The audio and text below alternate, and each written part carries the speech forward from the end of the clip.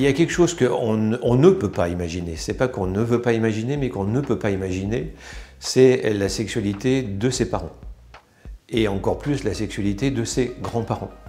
Et puis le deuxième élément, c'est aussi un élément sociétal, parce que quelle place les sociétés ont accordé aux âgés dans le courant de l'histoire, si ce n'est d'être des papis, des mamies, qui font des petits gâteaux avec leurs petits-enfants, et donc de quelque chose qui les sort du génital pour les ramener à quelque chose qui est une forme quand même d'infantilisation de ces générations-là.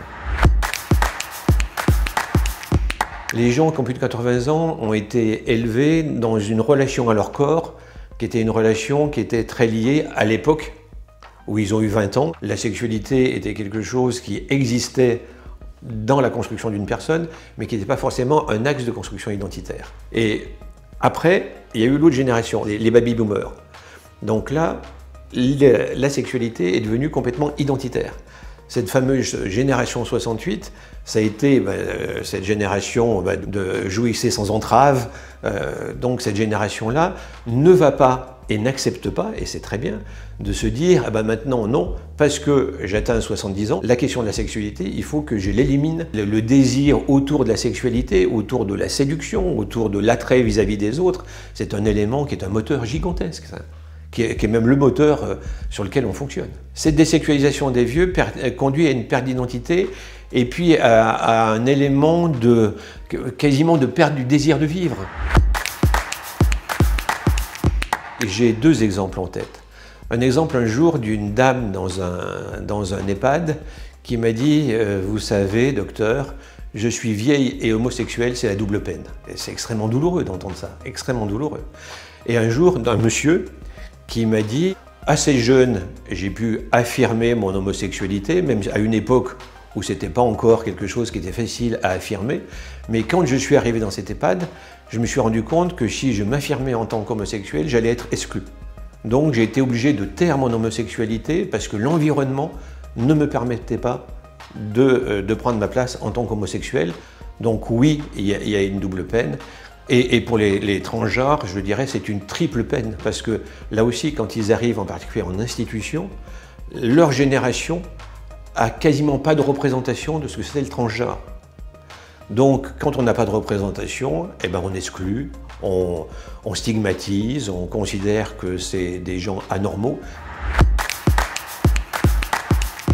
Un jour, une dame, cette dame devait avoir plus de 90 ans.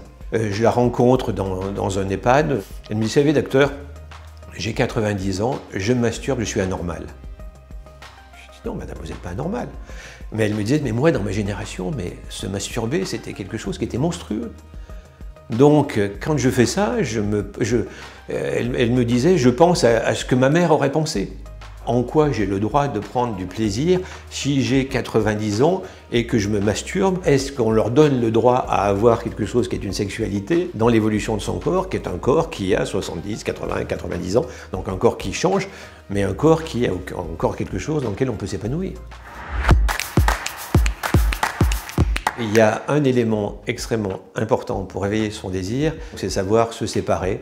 Donc là, on est vraiment dans le côté des couples, et en particulier des couples qui sont à la retraite. Pour qu'il y ait du désir, il faut qu'il y ait un espace, il faut qu'il y ait un manque, et ça, c'est extrêmement important. Pour les couples aussi, et pour les célibataires, c'est la question de en quoi je reste quelqu'un de séduisant.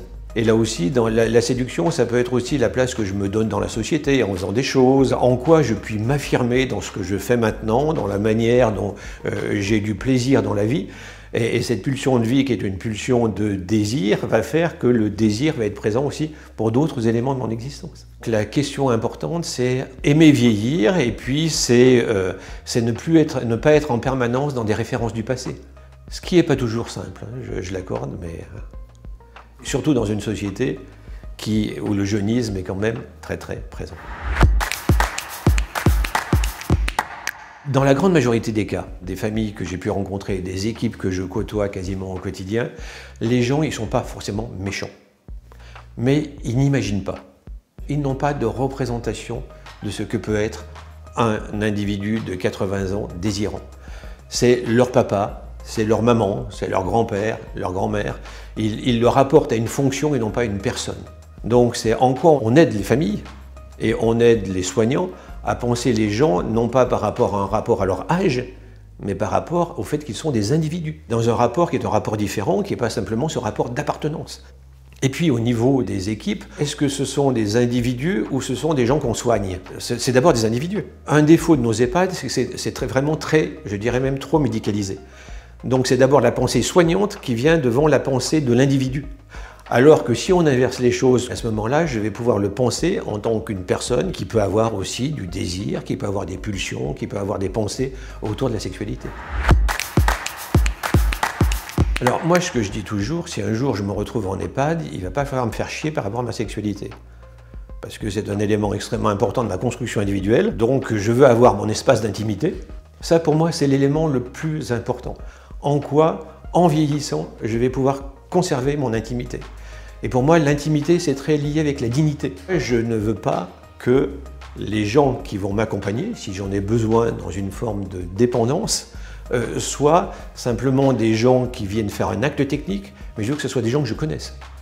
Quand il y a un lieu de résidence, une chambre est un domicile. Et toutes les personnes qui travaillent dans les EHPAD devraient penser le fait qu'ils sont tous des travailleurs à domicile. Si je ne vais pas dans une dimension de la dépendance, comme je l'évoquais, moi je considère que je n'ai pas de date de péremption. La sexualité va faire partie de mon existence jusqu'à la fin de mon existence, avec les évolutions de mon corps. Donc il faut penser les choses en termes d'intimité. Et ce dont je suis ravi en plus maintenant, c'est que, bon, il n'y a pas encore 350 expériences en ces termes-là, mais moi à côté de Lyon, il y en a une, j'en connais au moins 4-5 en France, de seniors qui prennent eux-mêmes en main le lieu dans lequel ils vont vieillir. Parce que tant qu'on garde les rênes de son existence, on est vivant. Pouvoir choisir ce que l'on veut, c'est un élément extrêmement important. Et pour moi, dans ma vieillesse, si je reviens à ma vieillesse, je veux avoir la possibilité de garder le choix jusqu'au bout de mon existence.